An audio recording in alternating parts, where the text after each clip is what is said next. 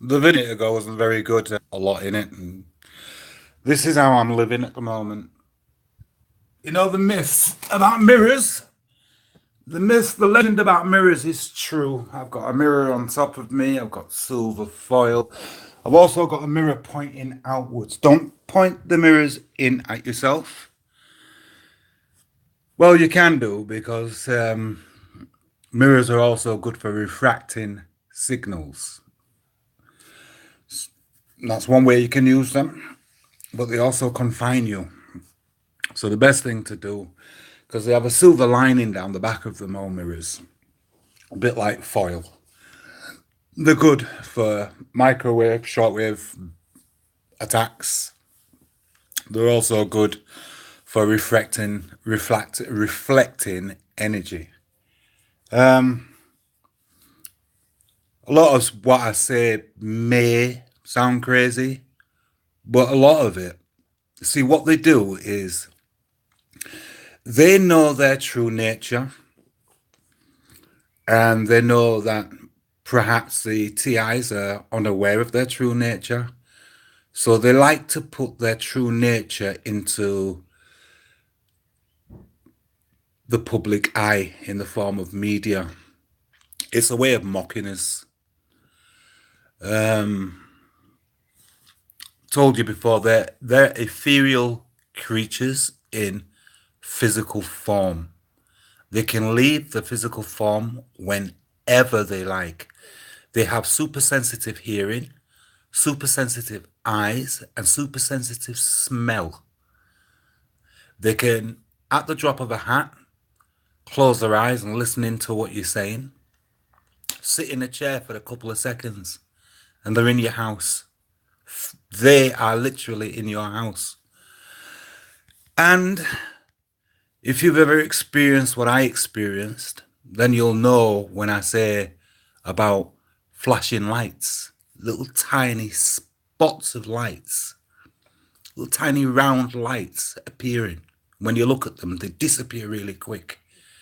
Or you'll see lights in the corner of your eyes. These lights aren't coming through any curtains or anything. Get yourself a really darkened room and go and sit in there for a while.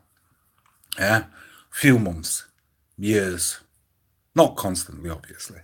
And you'll start to pick up on it. They actually physically come through and look at you. And the other thing is as well, when they do come through into your house, they change the molecular structure of whatever they pass through.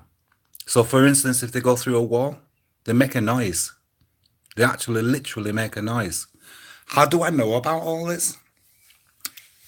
I had one as a wife. And I used to be laid in bed with her and I could feel movement in the room, in the bed, actually in the bed. Like there was sex going on in the bed, but my wife would be laid perfectly still. So I had an occasion, I had a 1 terabyte laptop where you could put the camera on and dim the screen so it looked like the laptop was turned off. And although the blue light was flashing, she didn't realize. That's how she is. And you could hear them like a machine noise. The microphone actually picks up them entering the house. They make a noise that is, you can hear it, but it's very hard to tune yourself into it. But you can hear the noise. And they come in and they were asking if she wanted sex. There were about 3 of them. And this was whilst I was at the shop. And I played the recording back to her and she, oh, I can't make it out. I can't make it out. So I plugged it into the stereo and turned it up really loud. And the minute I reiterated what they was asking her, she dropped her head, in shame. Not in denial or anything, in shame. But that's not proof on its own. Have you ever seen the program SG1, Stargate, the Goa'uld with the flashing eyes? This is them. They actually, literally, physically inhabit bodies that are being groomed and prepared for them as infants. It's not years later that they inhabit the bodies. They inhabit them as babies. And then they go through some sort of ritual, I believe, probably around 5 years old or something. and they come fully into themselves. Not that they don't know who they are, they do. Uh, these things are everywhere. They control everything. And the idea is for us to wake up. My nightmare started when I was about 8 months old, believe it or not. I can remember things from when I was about 8 months old. And my first memory kind of cements what I'm saying. I've seen these ethereal creatures. I saw them then. I mean, yeah, I've got a history and I've got mental illness. That's their label. But I would ask you this. How is it that a baby of 8 months old is able to distinguish and retain a memory? Would you class that 8-month-old baby as being mentally ill or blessed? You see, whatever is driving me gives me moments of clarity and points in my life where I've been woken up, given something, not realized. And it's all part of one book, you see.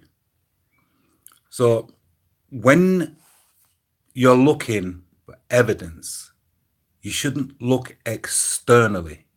Examine your whole life. Your life is your book, is your key to what is going on. Don't let them fool you. If you're a targeted individual, I would suggest to you that you were born into a family that have nothing to do with you. They're not like you. I've got operation scars on my body from before I was 3 years old.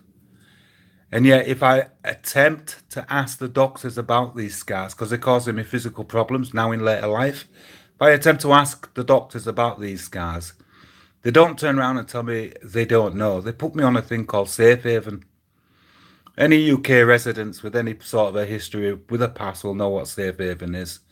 I was placed on safe haven for 5 years for just asking the original GP that dealt with me as a baby about the scars.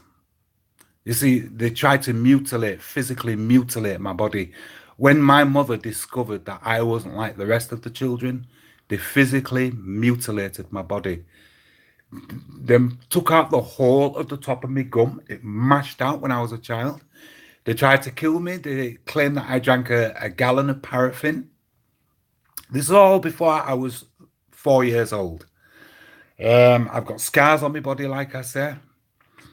And I've been plagued with horrendous bad luck ever since I was a nipper. And if anybody knows me and is going to try and say, "Ooh, all these terrible things have happened because you've done terrible things stemming back from 1984," I would have to say that's bullshit. 1984, my ethereal self was pushed out of this carcass, and the one that was intended to inhabit my body from when I was a baby jumped in and committed a horrendous crime in the name of this flesh. So now I'm pinned with this crime. This has given them justification since 1984 to act the way they have been doing. But I know the truth. I haven't got the heart for that kind of thing. The soul, the spirit. It's them. Trust me, it's them.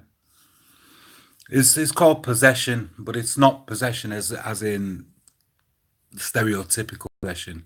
And this is why they pump possession out, because possession isn't what people think it is. And this is why they say possession is 9/10 of the law. This body is mine. Trust me, people, you do not know what you are dealing with. Religion is there to mess up your head. The Bible is nothing more than a compendium of memoirs written by people like myself. People who have constant dreams of the future. People who live outside of time. They don't. There are no other examples written examples of people like me on this earth except for in the Bible.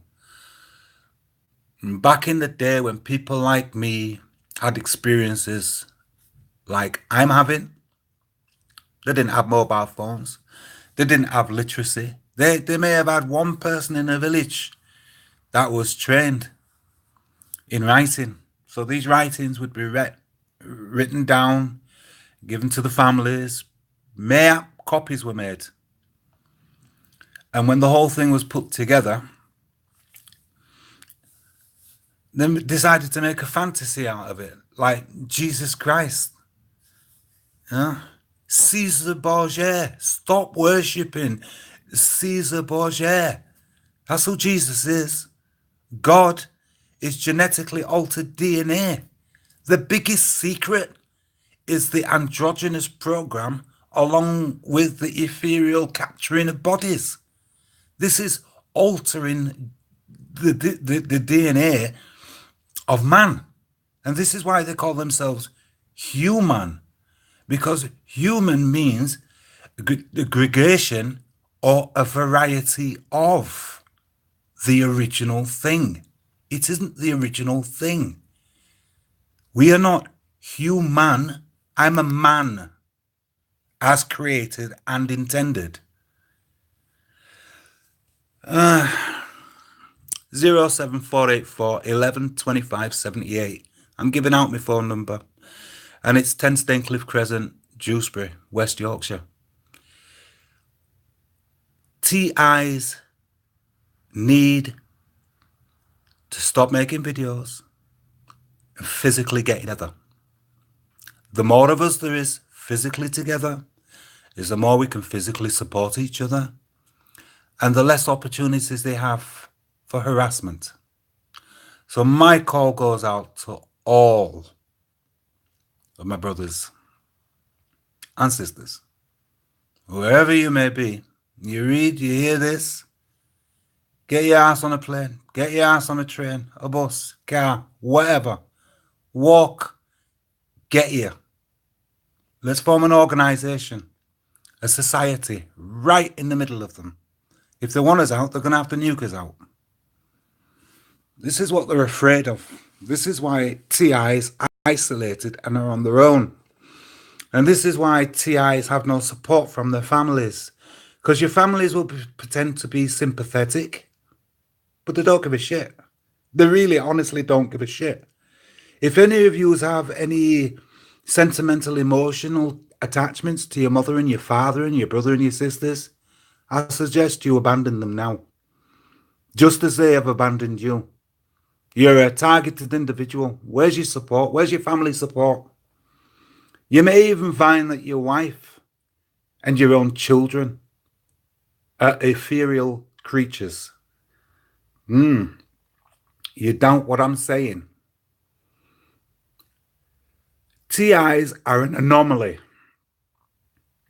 to be examined, poked and prodded. They want your blood to examine your DNA.